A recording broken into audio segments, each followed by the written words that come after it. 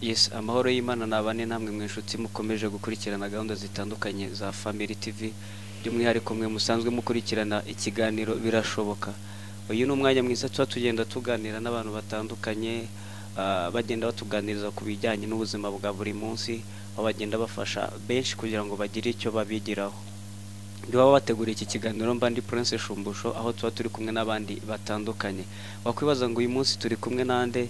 Turi kumwe n'umuntu mwamenye muri benshi, ya mu gihugu cyacu cy'u Rwanda ndetse no hirya no hino.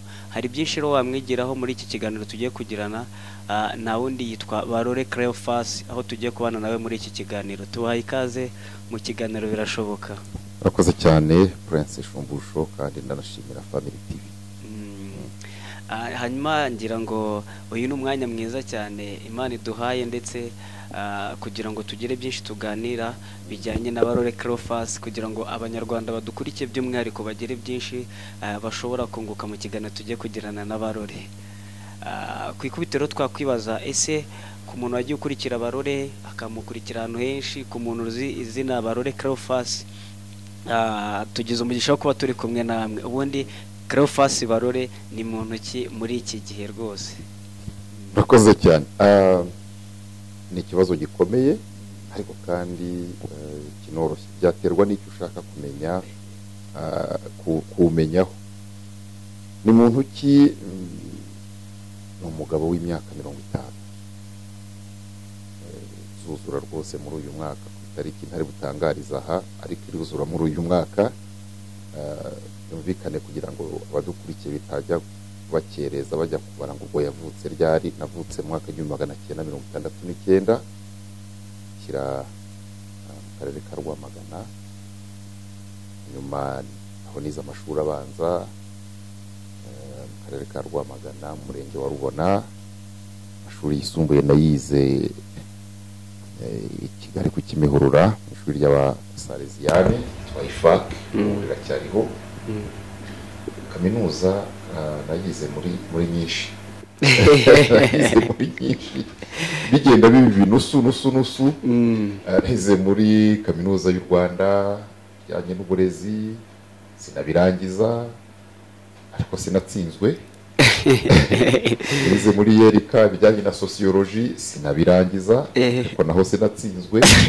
Ukeneye birote cyangwa transcript nazi kwereka. N'izitangazamakuru muri GRMC, makuru impamya bumenyi, icyiciro cya mbere cya kaminuza mu itangazamakuru. Hanyuma niga muri Christian University of Rwanda, mparangiriza lisanse mu bijyanye n'itangazamakuru. Ni umurimo nabayemo igihe kinini. Umunyamakuru ku itariki 5 z'ukwezi kwa mbere mwaka 1995. Prince rero ushobora kuba utaravuka. Nari maze nk'imyaka ingahe mvutse. Birashoboka. Yego. Ushobora kuba warakuze unyumva nkuko nanjye nakuze numva abandi cyane. Birashoboka. Nakoze rero muri Radio Rwanda imyaka 6 ndi animateur radio. Nkora n'ikiganiro makuru mu binyamakuru. Nakoze ibiganiro binyuranye bisanzwe, ariko tubisangira n'abandi banyamakuru ba Radio Rwanda. Ikiganiro cyitwa Radio Iwacu, ikiganiro urubyiruko rw'u Rwanda, n'ibindi biganiro navuga bidahoraho. Hanyuma y'imyaka 6 bigeze muri za 2001, ubuyobozi bunyimurira mu ishami ry'amakuru, agashami k'amakuru y'Ikinyarwanda. Navuze amakuru kuri Radio Rwanda imyaka igera muri 7, amakuru y'Ikinyarwanda, ariko nkora n'ikiganiro makuru mu binyamakuru. Abantu bakamenya cyane muri icyo kiganiro, ariko bya n'amakuru narayavuze kuri Radio Rwanda bigeze muri za 2008, 2009, 2010 gutyo. Sindi byibuke neza imyaka. Umwanditsi mukuru wungirije ibyo bita Sabedita muri Radio Rwanda 2012 nabaye chief editor kuri televiziyo y'u Rwanda. AI w'agateganyo nyuma 2013 kugeza uyu munsi umunyamakuru muri televiziyo y'u Rwanda cyane cyane ushinzwe ibiganiro by'isesengura ibiganiro bya politiki n'ibindi hakora ikiganiro book club. Ibyo ni bijyanye na carrière professionnelle yego hanyuma wabaje ngo ni muntu ki umupastori yego umupastori nahawe inshingano za gipastori ku itariki 24 z'ukwezi kwa gatatu mwaka 2012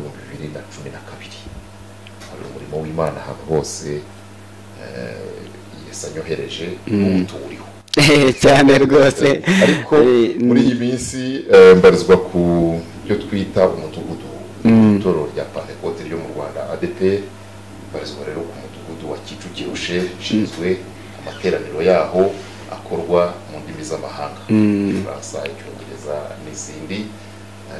Ndumva ndashima Imana. Amen. Twavuga ngo amina. Ariko yavuze ngo ni muntu ki? Ni muntu ki donc ubwo ntisimbiba.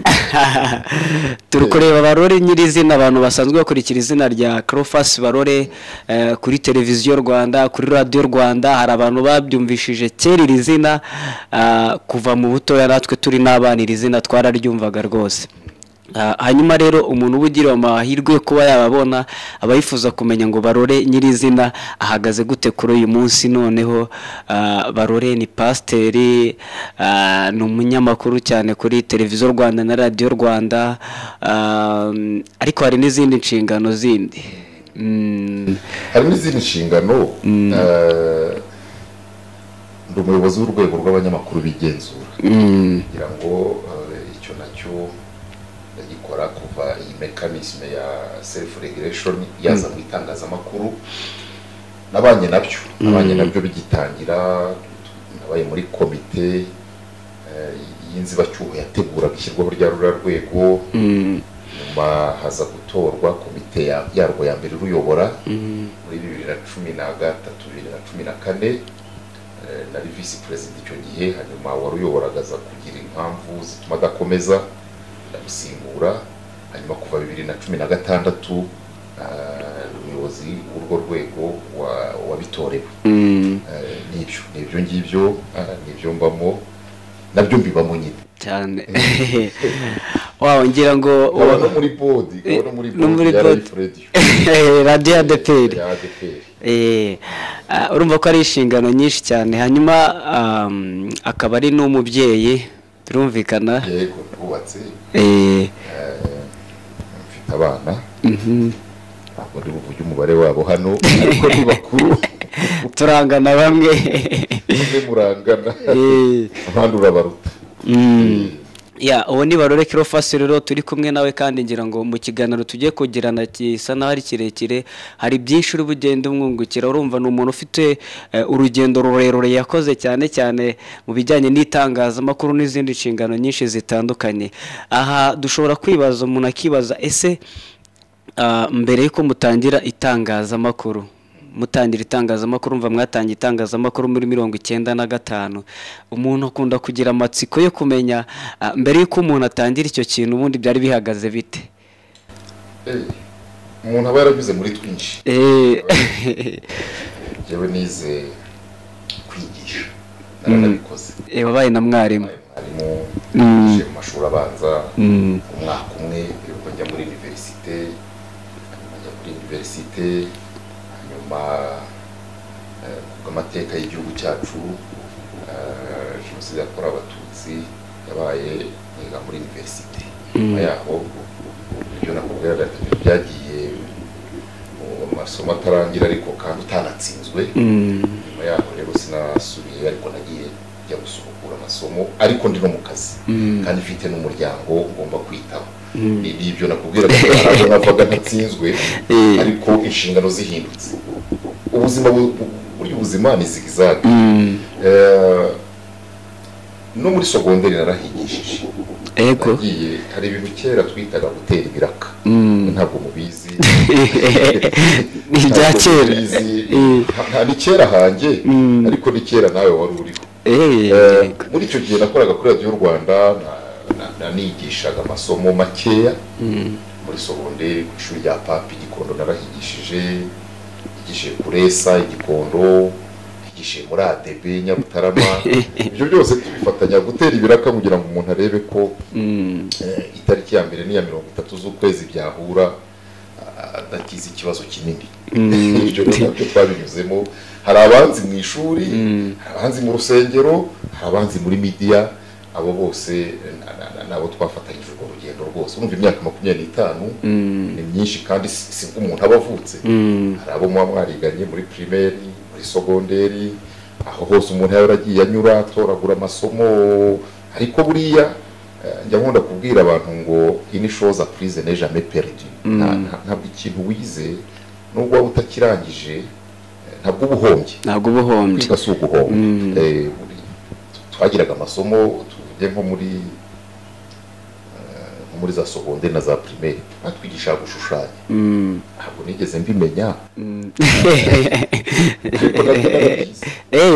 noraga n'amasomo yo kuririmba cyane tukiga nayo kwiruka tukiga nayo kugira gute ibyo byose biraza umuntu akazagera igihe afata orientation ukagira ibyo wakoresha ukagira n'ibyo utazakoresha ariko kuba ubizi ntacyo ubuhombye njye mbwira abantu ngo ini chose apprise n'est jamais perdu ntacyo ubuhombye kubimenya kubera ko hari umugabo umwe batwigishaga muri psychologie bajyaga bavuga ngo il faut avoir une tête bien pleine ariko undi aramuvuguruza aravuga ngo il faut avoir plutôt une tête bien faite atari ukurundamo ibintu gusa ahubwo ni no kubirundamo mu buryo buri metodique buzagufasha. Wow. Hanyuma wenda izina barora abantu bagiye bakunda kurimenya cyane bijyanye n'itangazamakuru cyangwa se bijyanye n'umwuga w'itangazamakuru, umuntu ashobora kwibaza nyirizina uburyo mwinjiye muri uyu mwuga neza ku itangira ryawo, niba mubyibuka neza uburyo uyu mwuga watangiye n'uburyo mwawinjiyemo. Birashoboka ko wenda mwana winjiyemo mugahura n'imbogamizi nyinshi zitandukanye, nabyo turagenda tunabigarukaho, ariko nyirizina mujya gutangira muri 1995 urumva byagenze bite? Ndetse n'igihugu cyacu cy'u Rwanda hari ibihe cyari kivuyemo. Urumva umuntu wese agomba kwibaza byinshi cyane ku bijyanye n'iryo tangira ry'icyo gihe. Akoze cyane. Hari ibintu bajya bita les signes précurseurs, ibimenyetso ncamarenga. Ibyo ni ijambo mpimbye mu nteko y'ururimi n'umuco wanyihanganire. Mu bimenyetso ncamarenga nakundaga turangiza amashuri abanza. Twize imyaka 8 primaire. Wowe ntabwo nzi iyo wize, ntabwo ntusubize yego umutuzo kubaza ibibazo. Twize imyaka 8 muri bya ndi musige mwita ngo n'ugususha. Mu gususha nasabye kwiga lettre kuko hari hashize iminsi hasohotse ngira ngo ni hobe ntabwo mubizi, kari akanyamakuru k'abana hasohotsemo, ndumva narakabonye, ntabwo uvuga ngo nasoma imva ni hobe ari harasohotsemo ngira ngo inyandiko ibigaragaza ngo amashuri ari mu Rwanda hirya no hino, mbese uwize ibi arangije abashobora gukora noneho uvuga ngo wize lettre ngo yakora nko muri radiyo Rwanda, icyo gitangazamakuru cyariho yakora muri mu itangazamakuru. Bakunda bikundaga radiyo yaba y'u Rwanda yaba n'iz'abaturanyi aho zashoboraga kutugeraho, radiyo y'u Burundi umva ndabikunze. Nduzuza nsaba ntibabi reka nihute. Ngeze muri segonderi twagiraga akanyamakuru k'ikigo kitwaga Eco des Jeunes, kakunda gusohokamo inyandiko z'abanyeshuri cyane cyane mu gihe cy'ibiruhuko nandikagamo. Nta kopi yako nabona, ariko ibintu bimwe byagiye bitakara, ariko nandikaga mu article muri segonderi. Hanyuma rero ibyakunze ibyo nagomba kwiga nabyo mbishimira Imana ntacyo ndahombye. 94 nko mu kwezi nko kwa 11 haciye bitangazo jenoside imaze guhagarikwa, habayeho mu kwezi nko kwa 9 Minisiteri y'Uburezi yafunguye amashuri. Byari bigoye njya kwigisha hanyuma bibaye nko mu kwa 10 cyangwa kwa 11 numva itangazo kuri radiyo Rwanda. Reka mvuge radiyo Rwanda kuko nimvuga radiyo amera nk'abandi. Hari uvuga radiyo agatekereza kuri buhite usuzantanda ko ari radiyo Rwanda, ariko itangazo riza rivuga rero ngo Renfort irashaka abanyamakuru, umuntu wumva afite yiyumvamo ubushobozi bwo kuba yakora muri icyo kigo bazazi. Ndaryumva nibereye iwacu mu giturage rwose za Rwamagana. Yego ndaza ahurira n'abandi benshi, ni hariya mu mujyi aho radiyo Rwanda yakoreraga, abantu benshi nka 500. Turaza erega banze mbwira n'abadukurikiye ko uyu mwuga w'itangazamakuru c'est un métier noble, umwuga mwiza, ukoze neza, umwuga mwiza, umwuga umuntu wese utawurimo, umuntu akureba hano Prince kuri televiziyo avuga atari umuntu ahagera ati none bibaza itangazo riratambutse ngo umuntu wese wumva yabishobora azaze. Twaragiye, ntabwo nagiye jyenyine, hari nko mu kwezi kwa 11 baratwandika hanyuma baratubwira ngo tuzaze gukora ikizamini. 94 kwa 11 turaza dukora ikizamini cyanditse. Ndabyibuka rwose baduhaye ibyo bita dissertation. Yego, ndabyibuka n'ikibazo uko cyavuga. Ndabyibuka neza. Baduhaye dissertation hanyuma bagenda batwinjiza mu matsinda. Tuza muri studio nkaha baduterera intebe, turi muri 94 ariko u Rwanda urwumve nyine ndabyumva kumbaza ngo buki batabashyize muri sare. Murabona u Rwanda nyuma y'imyaka 25 hari amakuru mudafite, cyangwa niba munayafite ni amateka kuri mo. Dushyira muri studio nkaha ngaha.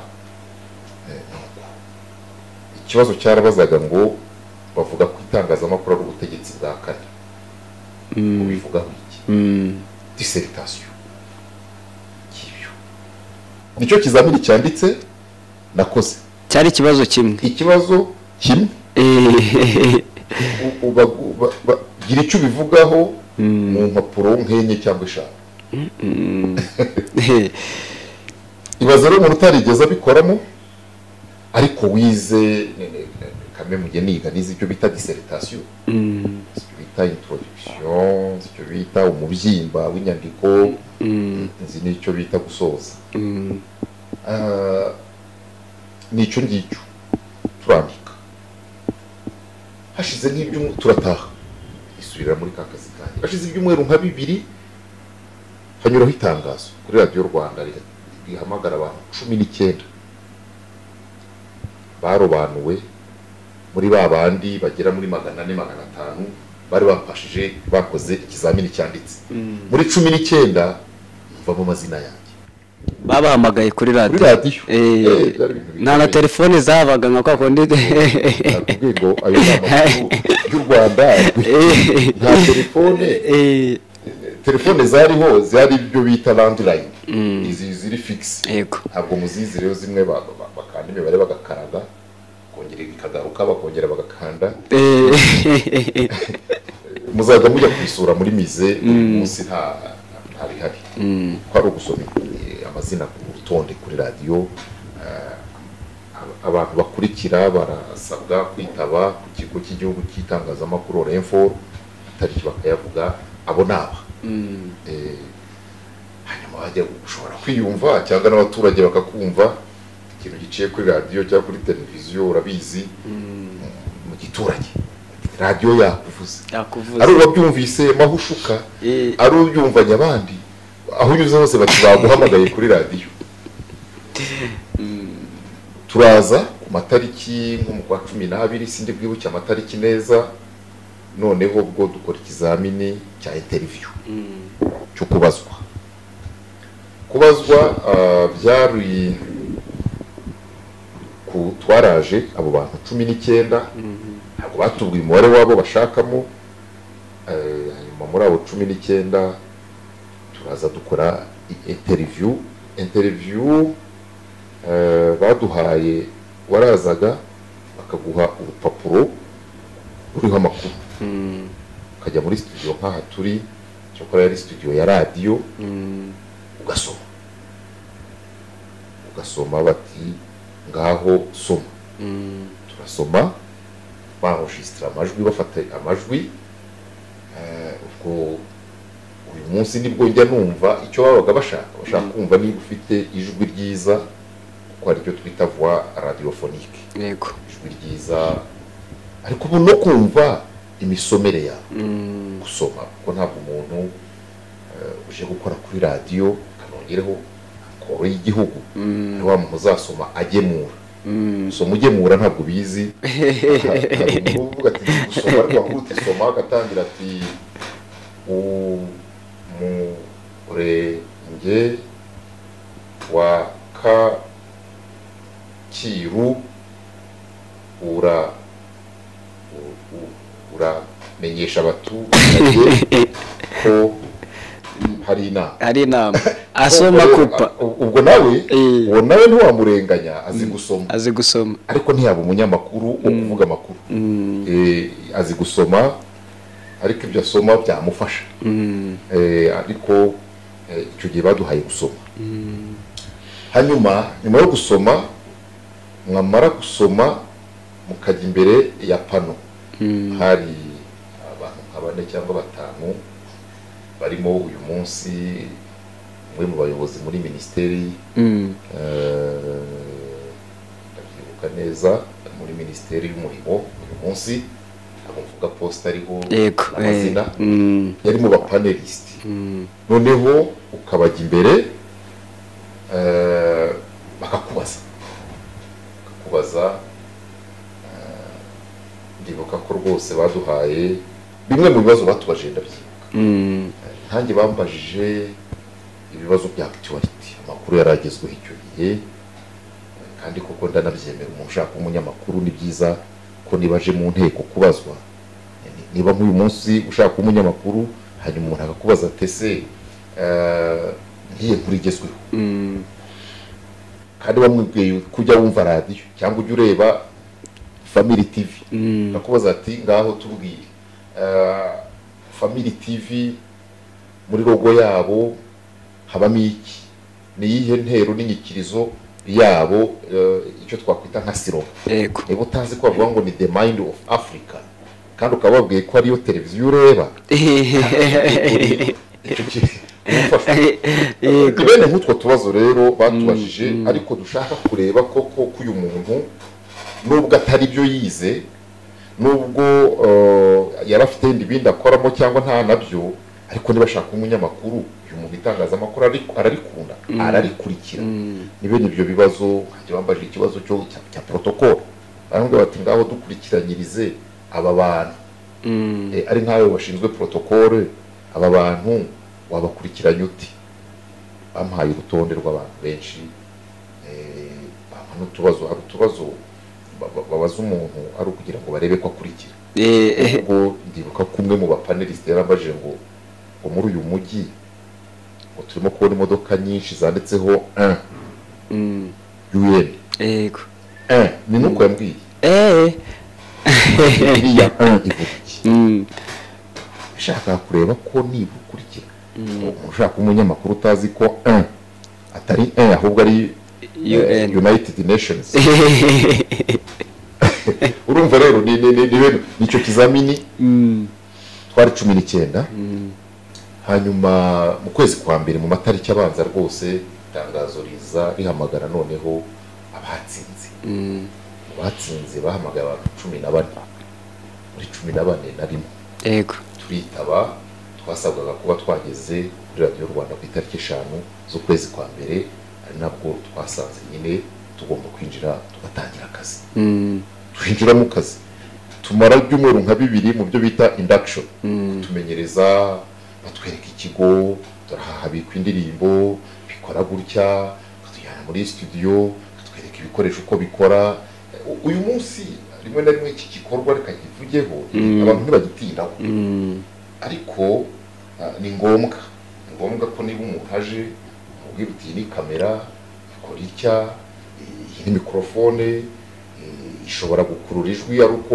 utunze ku munwa cyangwa se ushobora no kwishyira hano iri multidirectionnel ushobora gukurura n'amajwi y'abari hano bose ibyo twamaze nk'icyumweru babitwereka babitwigisha n'andi masomo nuko hanyuma nawe urabyumva ni igihe cyo kwisana no gusana igihugu nyuma tumaze kugera mu kazi twanakorewe hari umushinga wa UNESCO wahuguraga abanyamakuru twakoze amahugurwa hitwaga iwacu ku Kabusunzu ukwezi n'igice amahugurwa yari afite title yavuga ngo collect et traitement d'information kamizana n'amasertifika ndayafite ariko ntabwo naje niteguye nuko ninjiye mu kazi ubwo ugiye kumbaza yenda uti waba waratangiye kuvuga bwa mbere ryari ariko ni nka nyuma y'icyumweru cyangwa icyumweru n'igice turi aho ngaho muri iyo nzu badutegura badutoza banatujyana muri studio ukirirwa wicaranye n'umunyamakuru ureba uko avuga wowe utavuga uri kumureba gusa mwicaranye muri studio ureba uko yinjira uko yimenyereza mikrofone uko yexcuse yakoroye mbese ari nko kugira ngo utinyuke studio ntabwo umwana avuka wahita yuzura ingobyi hari ibindi bibanza hari izindi nzira zigomba kubanza yacamo yego aha umuntu ashobora kwibaza ese mwari mutangiye icyiciro gisa naho cyari gikomeye kandi babagirira icyizere cyo kuba babafata ndetse bakabahereza n'izo nshingano kuko ushingiye igihugu cyacu cyari kivuye ndetse naho twari twinjiye mwasaga naho muri abantu mugiye gukora akazi katoroshye cyane mu bijyanye no kubaka igihugu cyacu cy'u Rwanda aha umuntu ashobora kwibaza kibaza se ubundi iyo mureba mutekereza nyuma y'uko bamaze kumva itangazo riraguhamagaye muri wowe atugiye gutangira sinzi buri muntu wese agira uko ahita atekereza ariko mwebwe uburyo wahise utekereza ndetse n'imihigo wahise ugira buri muntu wese ahita atekereza ati ngiye gukora gutya na gutya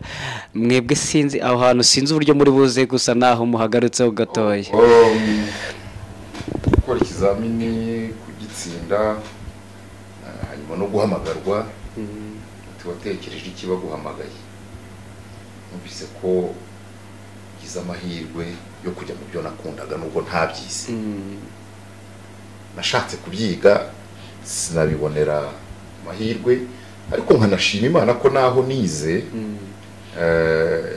je salue au passage muri fac baduhaye formation littéraire ngatigaga lettre pe abahize icyo gihe barabizi baduteguragamo ibintu bibiri baduteguragamo kuzaba swat abarimu cyangwa kuzakomeza inzira yabihaye Imana iyo utegura umwana nk'uwo rero umuha ibyangombwa byose bishoboka n'ikilatini narakize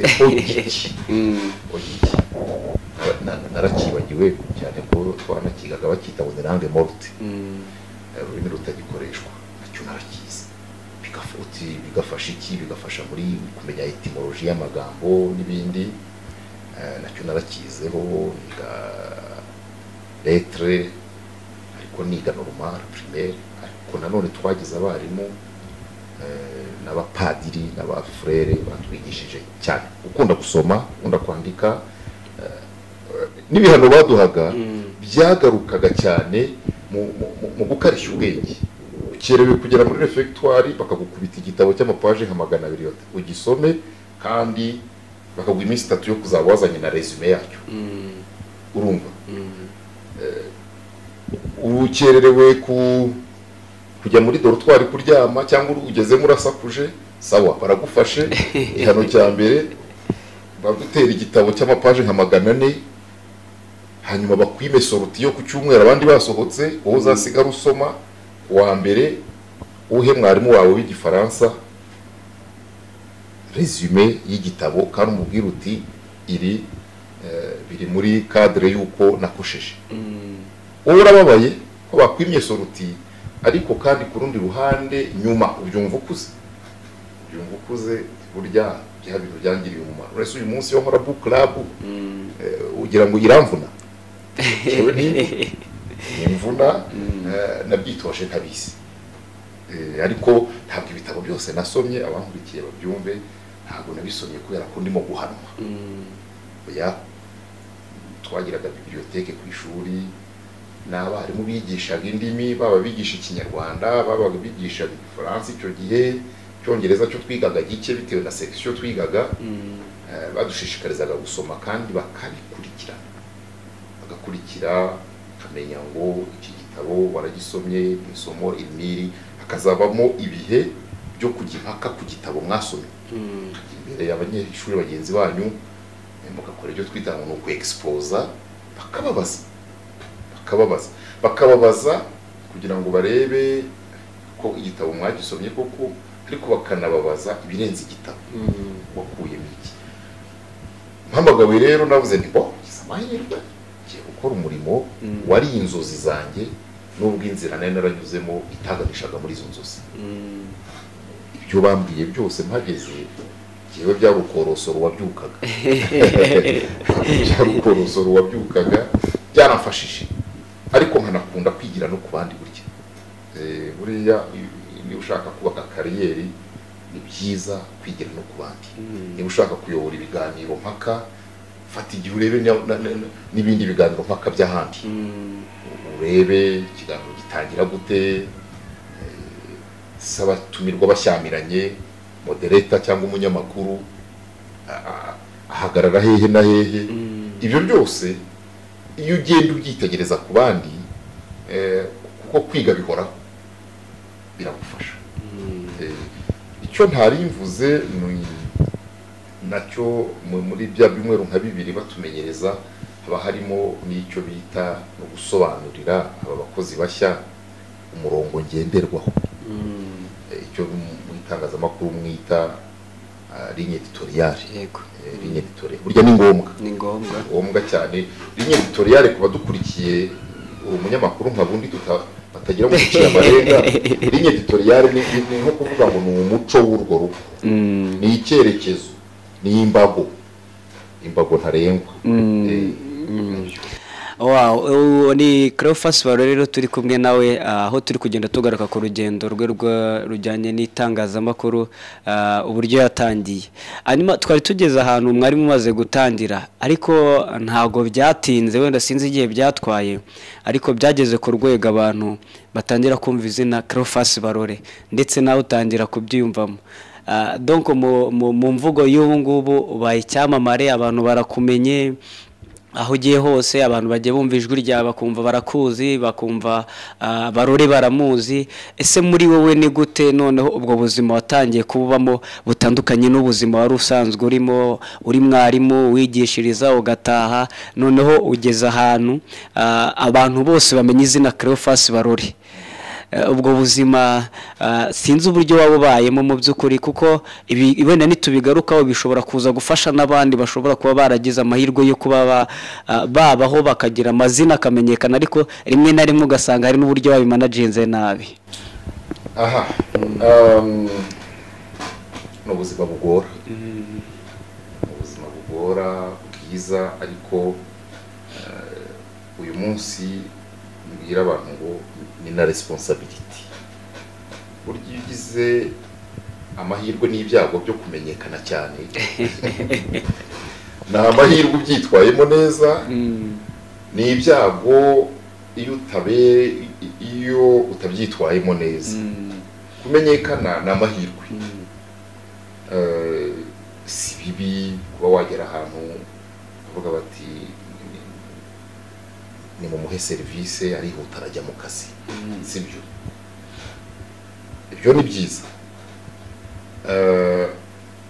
iyo nko kubasoma agacupa basoma agacupa rwose mu itangazamakuru ni byiza kumenyekana birakorohera kubona n'abagusengerera katubivuge gutyo ariko nanone ni ingorane kuko ugize benshi bagusengerera uba uri mu manegeka yo kugwa mu businzi ushobora no kukubaho chronique kumenyekana bikoreshejwe nabi nawe ntumenye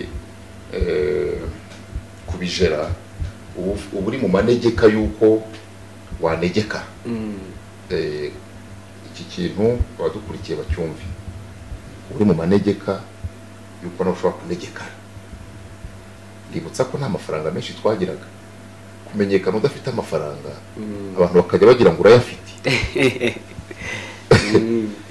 bakakwiyegereza nabyo ni byiza icyiza kirimo ku ruhande rumwe ushobora kubona serivisi mu buryo bworoshye kuko abo kubahwa turabubaha ibyo si twe tubivuze ni na Bibiliya bivuga abo kubahwa turabubaha iyo ukora akazi kawe neza iyo serivisi za ushinzwe uzikora neza aho ugeze nabo baguha serivisi neza izo ni inyungu zo kuba umuntu wamenyekanye hanyuma ariko ngise na responsabilité kubera ko wamenyekanye hari n'abandi bashaka kukureberaho barakubonaho ikirere icyo bakubonaho gishobora kubatera gukunda umurimo ukora cyangwa kuwanga icyo bakubonaho gishobora gutuma na za serivisi nari mvuze uzibona cyangwa ntuzibona gishobora guhesha ishema umurimo ukora cyangwa kikawugayisha ndabizi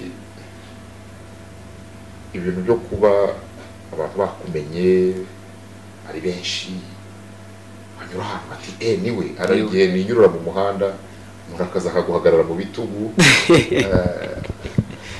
simbikunda nubikora burya ubona harimo ikibazo kitari cyiza umuntu akugiye inyuma mu bitugu ari mu mpaka na mugenzi we ngo niwe ngo cyangwa si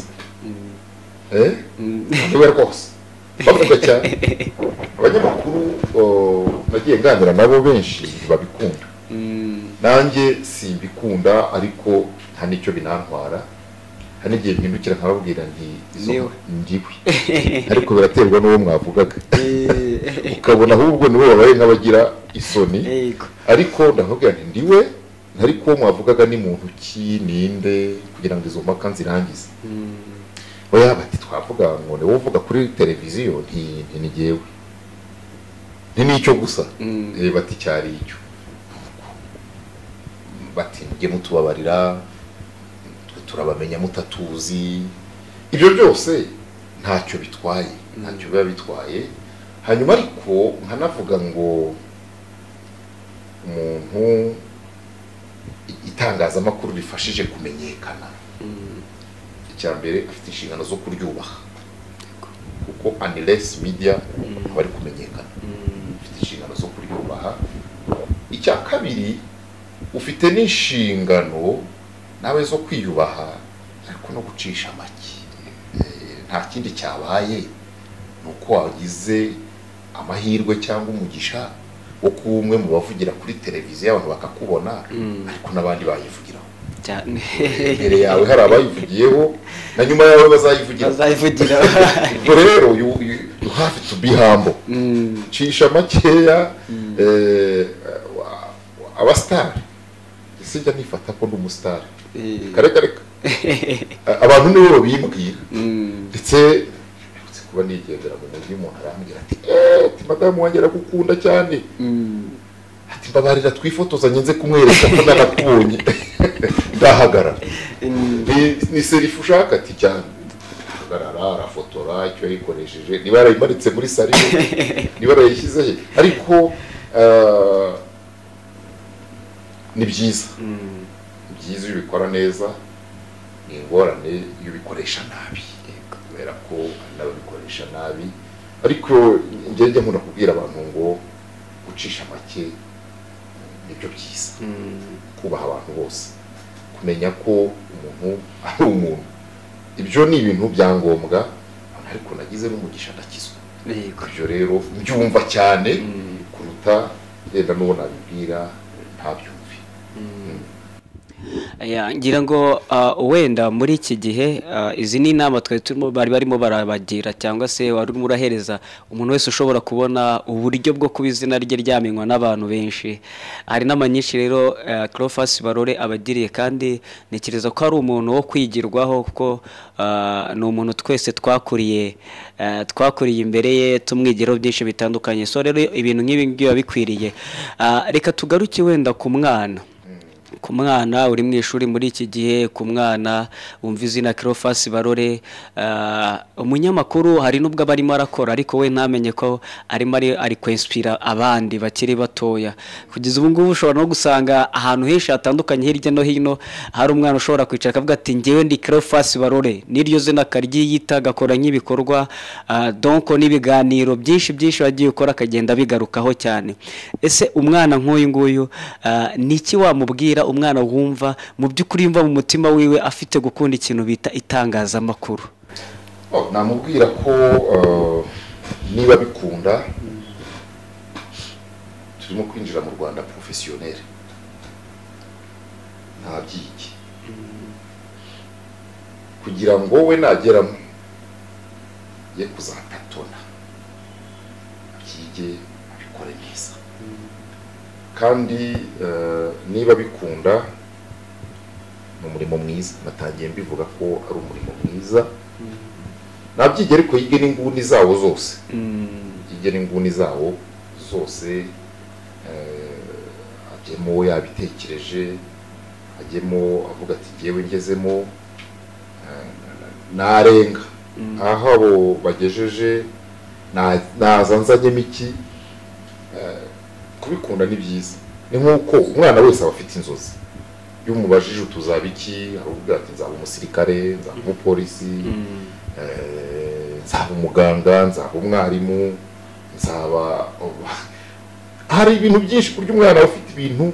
Hari n'uvuga ati nzaba Ronaldo, nzaba Ronaldo, ajya abona ukuntu batsinda ibitego bakabiserebura, akabona ukuntu kamera zose ari we ziba zireba, nzaba Ronaldo.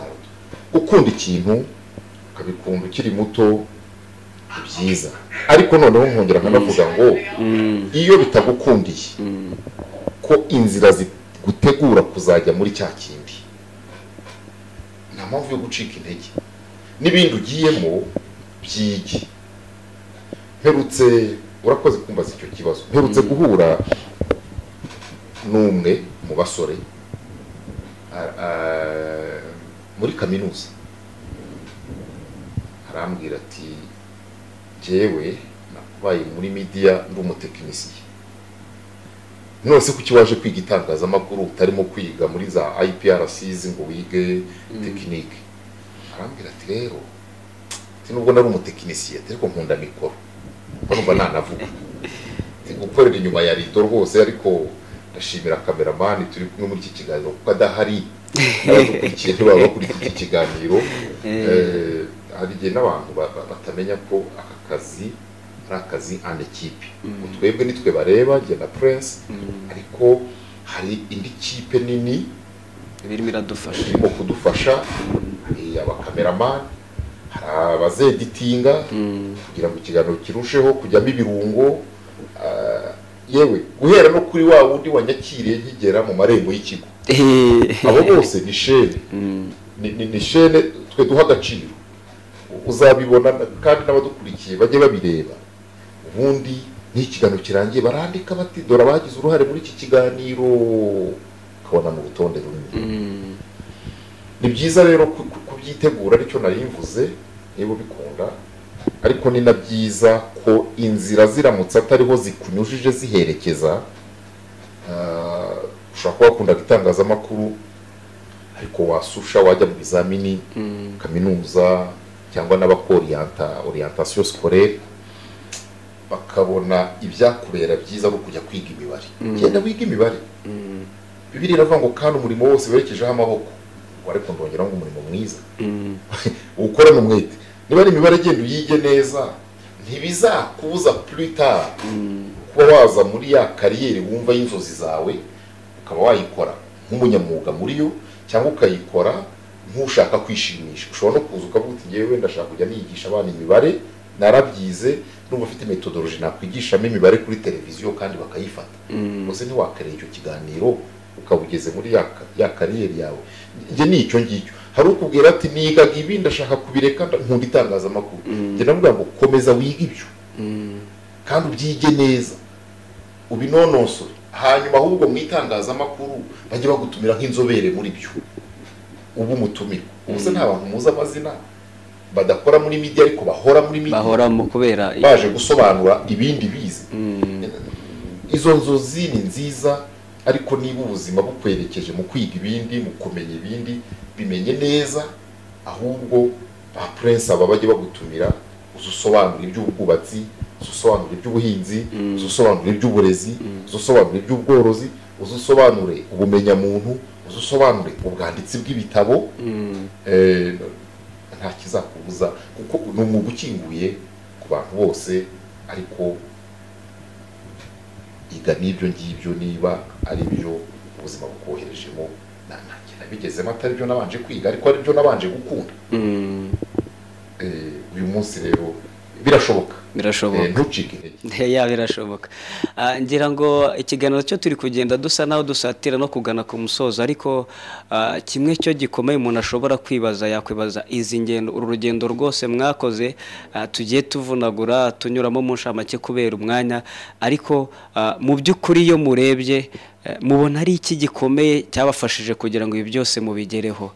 Icyo ni kimwe. Hanyuma ikindi muri buhite mubijyanana, kuko umuntu ashobora kwibaza se biriya bintu byose akora, ni umuyobozi wa RMC, ni umupasiteri, akora ibiganiro bitandukanye, afite inshingano mu rugo, ibi bintu byose abihuza gute? Ese birashoboka ko umuntu ashobora kubikora kandi akanabihuza? Ngira ngo ibyo bintu bisa naho ari bibiri, mugire duse naho tubivugaho. Gufasha umuntu muri uru rugendo mu mwuga uwo ari wo wose ni determination, ni ukwiyemeza, ni ukubikora ubikunze. Iteka umuntu akora akazi adakunze, muri iki gihe abahanga mu bijyanye n'ubujyanama mu by'akazi barakubwira ngo umurimo wose uzakora igihe uriho ugahora ureba nk'isaha yo kujya kurya yageze, isaha ya pause yageze, uwo murimo nushaka uzawusezereho wigire mu bindi. Ndakubwiza ukuri, n'uyu munsi ndi mu kazi numva agomba kurangiza ikiganiro, iyo ntarabona abatumirwa b'ikiganiro mba ntatuje. Iyo ntararangiza ikiganiro nagomba ntatuje, ntuza kirangiye. Kandi sinakwiruka ngo ngiye kurya ngo umutumirwa mbwa ati ndaboneka saa sita mvuge ngo saa sita ni isaha ya pause. Koko aguhaye umwanya we ngo ni isaha ya pause? Ntabwo ari byo. Bisaba kuwukunda, ariko noneho reka nkubwire ikindi kintu kizagutera imbaraga muri uyu murimo. Prince nuhura n'umuntu akakubwira ati ikiganiro cyawe turagikunda, nukuri ntabwo uzagira imbaraga zigukuramo hano. Abanyamakuru tugira urwenya rukunda kuvuga ngo mikoro iraryoha, biterwa n'icyo uyivugiraho, ariko bikanaterwa na nyuma ibyo wakira, feedback ubona. Niba kubwira bati utegura ikiganiro cyawe neza Prince, nta mushahara bazaba guhaye, ariko njya mwita undi mushahara. Kumva ko umuntu kubwira ati ikiganiro cyawe kuri Family TV turagikunda, ukaba uzi ngo ufite les inconditionnels, abantu kitajya gicika, ukaba uzi ngo reka tunarekera no kuvuga ngo na boss wawe hano mu kazi, uretse ko ni nawe biba byarahereyeho burya. Iyo ukora akazi kawe neza ukoresha akagashima,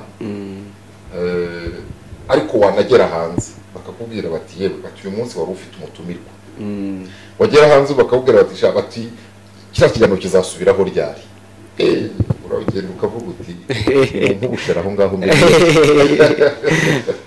Uba wumva wakoze akazi kawe neza, ariko nanone nyine gukora urabizi sosiyete yacu hari igihe utumira umuntu avuga ati ese ubundi ati ngewe ati kuri televiziyo ngewe reka kandi mwaba utari kuri televiziyo ukumva ufite ibitekerezo yanabikubwira.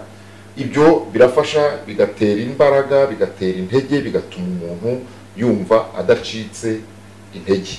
Hanyuma ikibazo kindi warumbaje bishobora kuba ibintu bituma umuntu akomera agakomeza muri uru rugendo. Ikibazo cya kabiri cyavugaga inshinga, uburyo muhuza yego guhuza inshingano. Aka kazi kacu niwo murimo w'ibanze nkora kakitangazamakuru, ariko buriya zaba inshingano z'urugo twese twirirwa mu kazi twese tugataha mu ngo. Inshingano z'urugo rero nazo zidusaba kujya mu kazi, kujya gushaka izo minerivare z'abana, kujya gushaka ibiteza umuryango imbere. Hanyuma ibyo byo ni ibisanzwe, ntabwo mbona ko urugo rubaye inshingano zidasanzwe. Hanyuma ariko kubihuza nanone n'umurimo w'itorero, mu itorero mbayo koresha amasaha n'igihe n'umwanya, turi mu gihe bishaka umuntu yiporogaramu. iyo utiporogaramu neza koko wahuzagurika, ariko iyo wiporogaramu no ku itorero barabizi, iyo mbabwiye ngo nzaboneka mba nzaboneka, iyo ntazaboneka nabwo mba ntazaboneka. Bakabifata gutyo ko ndi umukozi ukoresha icyo twita ntabwo ndi full time. Full time ku itorero hari abandi baba bahari. Ngira n'umugisha umudugudu ushinzwe nyobora n'umuyobozi w'umudugudu aho ngaho mu itorero, mfite uri mupasitori dufatanyije umurimo, mfite n'umuvugabutumwa nawe dufatanyije umurimo. Ariko none uko byubatse hari n'inama nyobozi, abadiyakoni, hari n'abakirisitu, kandi baba twararezwe twese mu kintu bita gukorera Imana. Gukorera Imana rero ntibisaba necessarily ngo pastor aba guhagaze hejuru. Oya, no kwibwiriza, no kumenya igikwiye. Ibyo byose turabihuza, ni nka coordination, ubundi ibintu birikora biherekejwe n'umwuka wera. Ngira ngo rero tugenda tugana no ku musozo, hari ubutumwa mushobora gusigira mu by'ukuri abanyarwanda bakurikiranye iki kiganiro, bari basanzwe bakurikirana izina Cleophas Barore ariko bakabagira umugisha wo kubabona, ubutumwa mushobora kubasigira? Urakoze cyane. No kubashimira ko ni benshi nahuye nabo, abonzi nabo ntashobora kwibuka ko muri gukora ibiganiro nagiye ngira ngo nta murenge w'u Rwanda ntagezemo igiye mu kazi. No kubashimira uko bagiye batwakiranye na bagenzi bacu tubaduhungiye, bakaduha amajwi yabo kuri radio, bakemera tukabafata amajwi n'amashusho kuri televiziyo. Nge ndabashimira kuko buryo ugiye umuntu ntiyemere ko umutunga mikrofone burya nawe wacyura umunyu. Ndabashimira, ariko ubutumwa nanone nubwo gukomeza gukorana neza itangazamakuru bakarifata nk'umufatanyabikorwa. Prince waba uvuye hano muri studio ufashe mikrofone yawe ugiye kureba uko abaturage barimo kumva aya mazina mashya y'ibyiciro by'ubudehe, bakakwakira mukavugana, hanyuma natwe tukabizeza ko mu nshingano zacu ibishoboka byiza binoze bitunganye, n'inshingano zacu kurushaho kubinoza. Ariko message ubutumwa no gushimira abakira bose neza, abanyamakuru, hanyuma bakabaha amakuru, y'amakuru tukaza tukayatunganya tukongera tukayabagarurira. N'ubundi niho finaroma tuba dukorera. Mwarakoze kujya mutwakira neza. Arakoze rero Barore, reka dumushimire Imana iguhereza imigisha myinshi cyane kubwo uyu mwanya mwaduhaye. Reka dushimire nawe mwese mwakurikiranye iki kiganiro, kandi tubabwira ngo tuzakomeza tubagezeho n'ibindi biganiro byinshi bitandukanye. Turabakunda kandi tubifuriza ibyiza. Shalom.